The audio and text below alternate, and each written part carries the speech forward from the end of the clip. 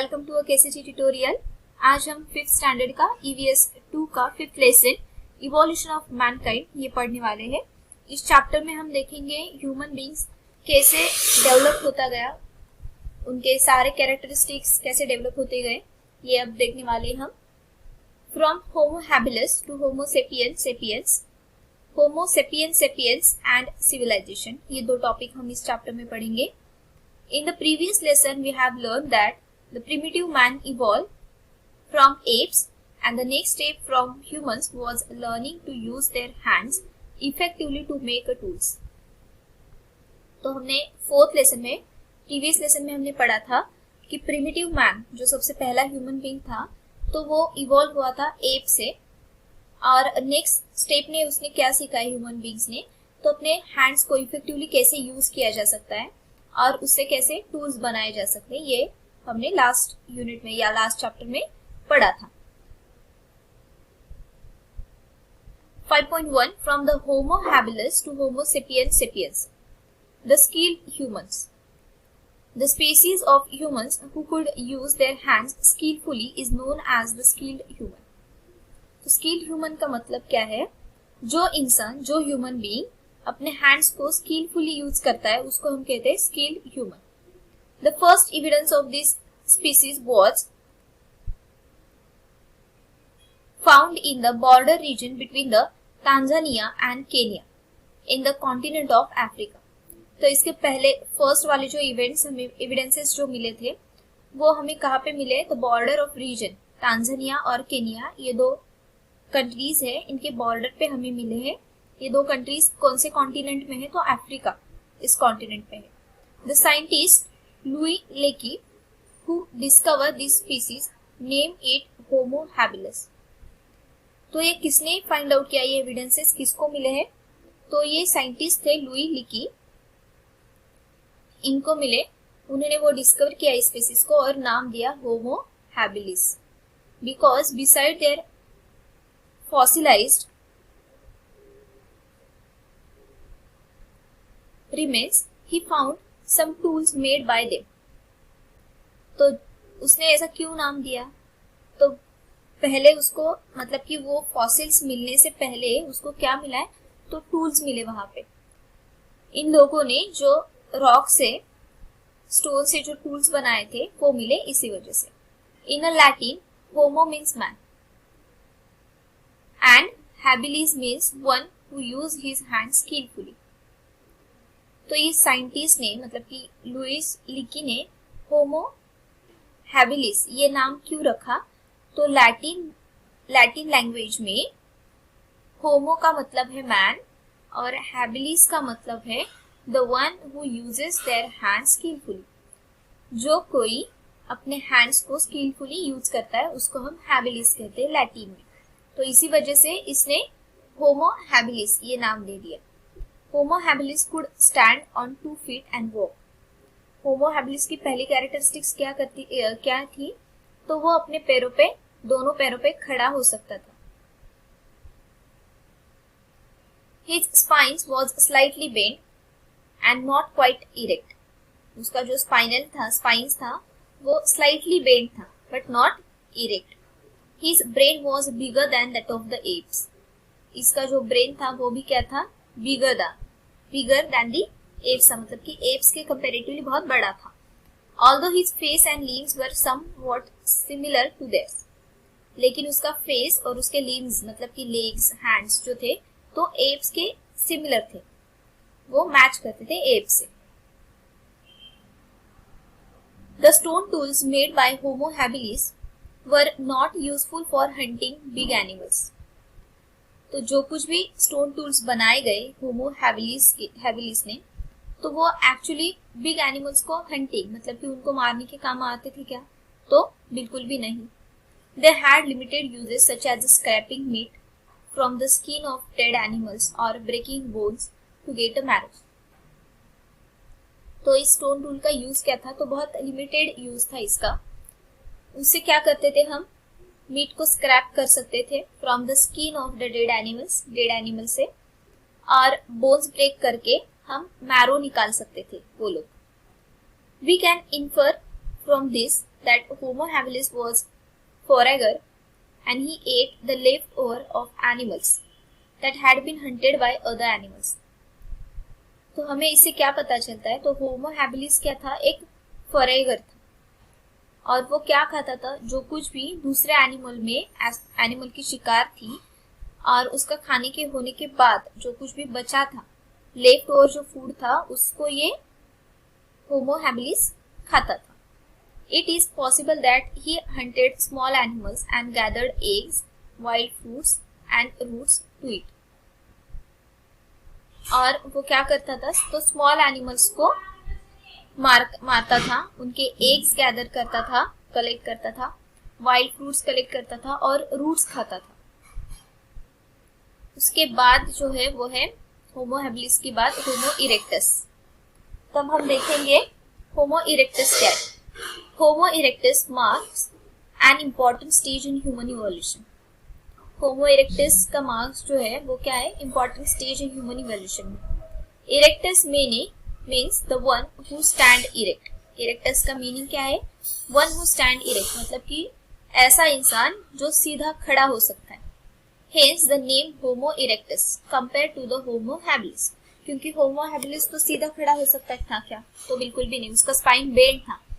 लेकिन होमो इरेक्टस सीधा खड़ा हो सकता था. He had more develop brain. उसका ब्रेन भी क्या था? होमो हैबिलिस के हिसाब से बहुत डेवलप था. Humans of the Homo erectus species live in a group. तो ये जो होमो इरेक्टस स्पीसीज थे वो ग्रुप में रहते थे. जैसे अभी इंसान रहते, कॉलोनी में रहते, एक सोसाइटी में रहते, वैसे ही होमो इरेक्टस भी ग्रुप्स में रहते थे. Having scene wild fire, humans knew about fire. It is likely that Homo erectus had learned the technique of fetching the burning branches of trees to use that fire. जब इस इंसान ने क्या देखा? वाइल्ड फायर देखा, तो उसको humans को क्या पता चला? फायर नाम की भी कोई चीज होती है. तो होमो इरेक्टस ने क्या किया? उसने एक टेक्निक सीखा. उसने क्या किया? तो जो ब्रांचेस थी, ट्री की जो बर्निंग ब्रांचेस थी, उसका यूज करने लगा वो. क्योंकि उसको पता नहीं था पहले कि आग कैसे लगाई जाती, फायर कैसे बनाई जाती, ये उसको पता नहीं था. तो वाइल्ड फायर जो रहती है तो वो अपने आप लग जाती है. तो इस वजह से वो क्या करता था? तो वो बर्निंग ब्रांचेस को कलेक्ट करता था. During this time most of the earth was covered with the ice sheet. उस टाइम पे बहुत अर्थ का जो जितना बहुत ज्यादा पार्ट जो था वो आइस से कवर था, आइस शीट से कवर था. और देयरफॉर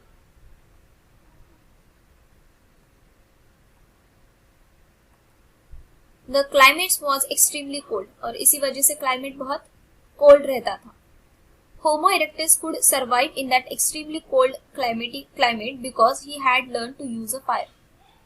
तो इस कोल्ड क्लाइमेट में होमो इरेक्टस कैसे सर्वाइव कर पाया? तो वो इसलिए सर्वाइव कर पाया क्योंकि उसको फायर पता थी. आग को कैसे यूज करना है ये उसको उस टाइम पे पता था. However, he had not yet mastered the technique of making fire. लेकिन वो फायर का यूज करना जानता था, लेकिन फायर बनाना जानता था क्या? तो बिल्कुल भी नहीं, उसको नहीं पता था फायर कैसे बनाई जाती है. Tools made by the Homo erectus were more developed and symmetrical compared to those made by the Homo habilis. Homo habilis ने जो स्टोन टूल्स बनाए थे वो उतने शार्प या सिमेट्रिकल थे क्या? तो नहीं. होमो इरेक्टस ने जो टूल्स बनाए वो मोर डेवलप थे दैन दी होमो हैबिलिस और सिमेट्रिकल भी थे. Homo erectus made tools like the hand x.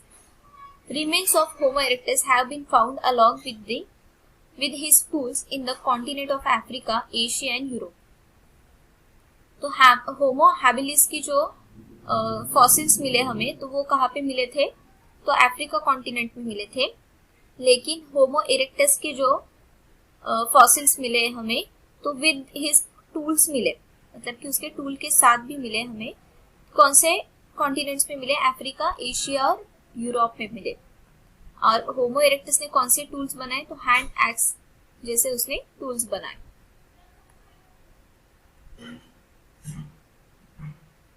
यहाँ पे दो reconstructed picture of homo erectus. ऐसे ये होमो इरेक्टस ऐसे सीधा खड़ा हो सकता था और उसके stone hand axe made by the Homo erectus, stone hand axe इसने ऐसे बनाए थे, इस पिक्चर में आपको दिखाया गया है। उसके बाद आता है Homo neanderthalensis, Neanderthal man. One more stage of development in human evolution is Homo neanderthalensis. He was physically big and strong. तो निएंडरथल मैन जो था वो फिजिकली बहुत बड़ा था और बहुत स्ट्रॉन्ग था। He is commonly known as a Neanderthal man because his remain were first found in the Neanderthal. तो उसको नाम क्यों दिया गया, निएंडरथल नाम क्यों दिया गया, तो उसका जो फर्स्ट फॉसिल जो मिला है हमें, फर्स्ट इमेज जो मिला है, तो वो निएंडरथल नाम का जो प्लेस है वहां पे मिला था। तो निएंडरथल ये प्लेस कहाँ पे, अ प्लेस इन जर्मनी। इस brain was more developed than the Homo erectus. तो इसका जो ब्रेन था तो वो होमो इरेक्टस से भी बहुत डेवलप था, बहुत पावरफुल था। तो ऊपर आपको ये पिक्चर दिया गया है होमो निएंडरथल मैन का।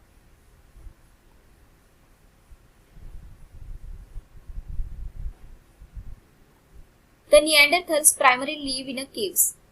They made tools out of big pebbles as well as from the flake scrap of from them. Neanderthal man जो प्राइमरी कहाँ पे रहता था, प्राइमरीली केव्स में रहता था। उससे पहले के जो थे वो ऐसे केव्स में नहीं रहते थे, वो ऐसे ही भटकते थे यहाँ वहां। लेकिन निएंडरथल मैन अपने प्रोटेक्शन के लिए वो केव्स में रहता था। द मेड टूल्स, वो भी क्या करते थे, टूल्स बनाते थे out of a big pebbles, pebble से, as well as from the flake scrap off from them. मतलब कि पेबल से जब वो टूल्स बनाते थे तो उसका जो फ्लेक बचता था, मतलब कि वेस्ट मटेरियल, तो उससे भी वो टूल्स बना सकते थे। Such tools were fixed and a bone और wooden shaft to make the weapon like a spear and axe. तो ये जो टूल्स थे तो वो बोन्स या वुडन शाफ्ट में फिक्स करते थे और वो वेपन्स बनाते थे like a spear and x. The Neanderthal hunted a big animal. They used scrapers made from stones, flake, to scrape meat from the hide of dead animals. तो Neanderthal man जो है वो बिग एनिमल्स की भी hunting करता था, जैसे कि हमने देखा होमो हैबिलिस और उसके बाद का होमो इरेक्टस, ये दोनों भी क्या करते थे, बिग एनिमल्स की हंटिंग कर पाते थे क्या, तो नहीं। लेकिन निएंडरथल मैन कर पाता था क्योंकि उसने जो वेपन्स बनाए थे वो पहले से भी बहुत शार्प थे और मतलब कि यूजफुल थे। और उसके बाद वो स्टोन फ्लेक से जो टूल्स बनाते थे उस वजह से वो मीट को स्क्रैप कर पाते थे। दे यूज्ड लेदर क्लोथिंग, वो लेदर क्लोथिंग भी यूज करते थे। They used mainly meet eaters, वो क्या थे, मेनली मीट ईटर्स थे, मतलब कि वो बहुत ज्यादा मीट खाते थे। They ate meat roasted on a fire. तो होमो इरेक्टस को ये तो पता था कि फायर क्या होती है, मतलब कि फायर का यूज जानते थे। तो निएंडरथल ने क्या किया, जो कि ये दोनों मतलब कि होमो इरेक्टस और होमो हैबिलिस कच्चा मीट खाते थे, तो निएंडरथल ने क्या किया, उस मीट को रोस्ट करके खाया। They knew the art of making fire, उनको फायर कैसे बनाना है ये भी पता था। तो ये लोग मतलब कि निएंडरथल मैन फायर कैसे बनाता था, तो वो क्या करते थे, making a rubbing stick of hard wood on each other और by striking one flint stone on another to obtain a spark. वो दो हार्ड वुड की दो स्टिक्स एक दूसरे के ऊपर रब करके फायर बनाते थे, नहीं तो फ्लिंट स्टोन जो थे तो एक दूसरे के ऊपर स्ट्राइक करके वो आग बनाते थे और इस वजह से ये मीट वो रोस्ट करके खाते थे।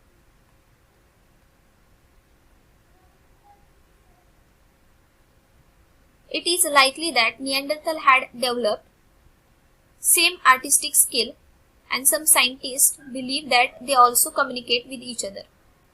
निएंडरथल मैन के पास कुछ आर्टिस्टिक स्किल भी थे और कुछ लोग ऐसे भी जानते थे कि वो कुछ एक दूसरे के साथ कम्युनिकेट, उनके पास आर्टिस्टिक स्किल भी था। और some scientist believe that they also communicate with each other. कुछ साइंटिस्ट ऐसे भी मानते हैं कि ये लोग मतलब कि निएंडरथल मैन एक दूसरे के साथ कम्युनिकेट करते थे by the grunts and other primary sounds. मतलब कि वो कुछ साउंड बनाते थे, जैसे कि एनिमल्स अभी एक दूसरे के साथ कम्युनिकेट करते हैं अलग अलग साउंड में, वैसे ही ये निएंडरथल मैन भी पहले करता था। However, it is not known whether they had developed a language system to express their thoughts with the help of words. लेकिन it is not known मतलब कि हम अभी तक हमें ये नहीं पता कि उनके पास कुछ लैंग्वेज डेवलप हुई थी क्या नहीं। उनके जो थॉट्स थे वो एक्सप्रेस करने के लिए वो कुछ वर्ड्स का हेल्प लेते थे या नहीं, ये हमें पता नहीं है। When a member of a group died, the Neanderthal buried tools, horns, etc. मतलब कि उनके मेंबर मतलब कि उनका कोई ग्रुप में से कोई एक मेंबर उसकी मौत हो जाती है तो वो उसको बरीड कर देते, मतलब कि जमीन में गाड़ देते थे और उसके साथ टूल्स, हॉर्न्स ये भी देते थे along with the dead body. Also they applied a red arc to the dead body before burying it. मतलब कि उससे पहले वो एक रेड आर्क भी डेड बॉडी के साथ देते थे। It indicates that Neanderthal had established some rituals of burying the dead. इस मतलब कि ये क्या इंडिकेट करता है हमें, निएंडरथल मैन ने एक रिचुअल मतलब कि ये जब हम किसी को जमीन में गाड़ देते थे, किसी की मौत होती है तो एक रिचुअल उसको एक इफेक्ट उन्होंने यहाँ पे दे दिया है। In course of time, some group of Neanderthals left Africa and migrate up to the continent of Europe and Asia.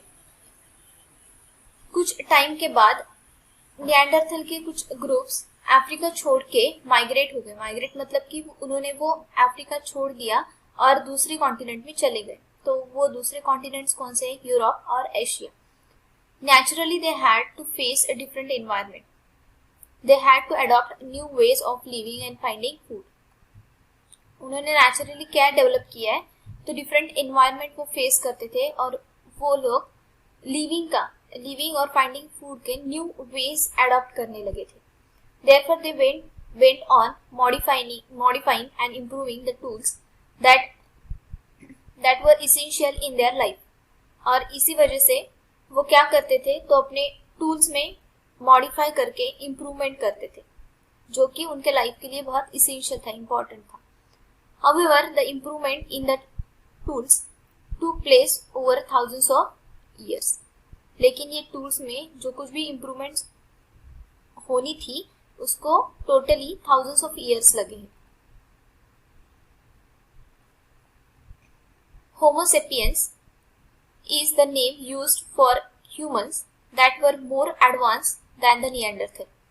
तो होमो सेपियन ये जो वर्ड यूज किया है तो वो ह्यूमन के लिए यूज किया, लेकिन वो क्या थे, निएंडरथल से भी बहुत एडवांस थे, इम्प्रूव जनरेशन था ह्यूमन बीइंग का। Homo sapiens mean intelligent and intellectual man. Homo sapiens का मीनिंग है इंटेलिजेंट और intellectual man. We shall learn more about him later. The Neanderthals and the Homo sapien were neighbors for some time in Europe. तो Neanderthal man और होमो sapiens जो थे वो Europe में कुछ टाइम के लिए नेबर्स थे, एक दूसरे के पास थे। It is believed that due to reason like their conflict with the Homo sapiens and inability